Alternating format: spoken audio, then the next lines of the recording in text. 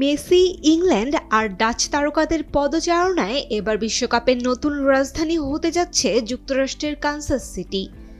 ফুটবলের সবচেয়ে বড় আসরকে ঘিরে শান্ত এই আমেরিকান শহর এখন রূপ নিচ্ছে এক বিশাল আন্তর্জাতিক উৎসব নগরীতে। 2026 বিশ্বকাপে আর্জেন্টিনা, ইংল্যান্ড ও নেদারল্যান্ডস তাদের বেস ক্যাম্প হিসেবে বেছে নিয়েছে কানসাস সিটিকে। অর্থাৎ বিশ্বকাপ চলাকালে লিওনেল মেসি থেকে শুরু করে বিশ্বের শীর্ষ ফুটবলারদের নিয়মিত দেখা মিলবে এই শহরে। বিলাসবহুল হোটেল, আধুনিক ট্রেনিং গ্রাউন্ড আর লাখো সমর্থকের ভিড়ে শহরটি তখন হয়ে উঠবে ফুটবলের মহামঞ্চ। অ্যারোহেড স্টেডিয়ামে হবে 6টি বিশ্বকাপ ম্যাচ, যার মধ্যে রয়েছে কোয়ার্টার ফাইনালও। বসুন্ধরা টিস্যু, অশুদ্ধতার বিরুদ্ধে এক বিন্দুও ছাড় নয়। অন্যদিকে বিশাল ফিফা ফ্যান ফেস্টিভ্যালে প্রতিদিন জড়ো হবেন হাজার হাজার দর্শক।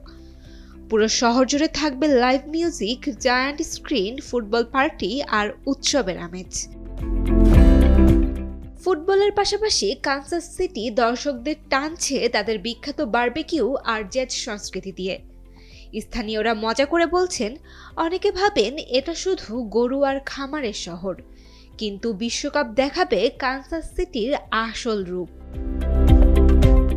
টেইলর সুইফট আর এনএফএল তারকা ট্র্যাভিস কেলসের সম্পর্কের পর থেকেই শহরটি আন্তর্জাতিক আলোচনায় ছিল।